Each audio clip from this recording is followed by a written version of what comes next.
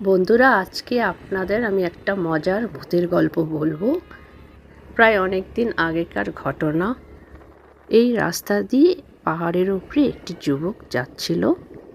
যেতে যেতে প্রায় সন্ধে হয়ে গেল।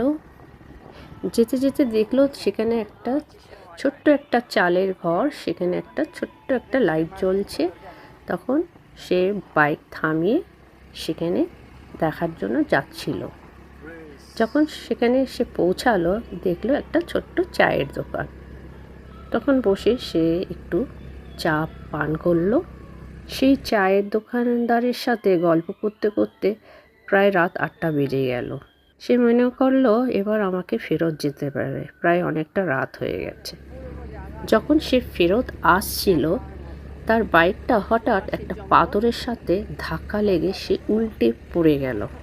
তারপর তার বাইক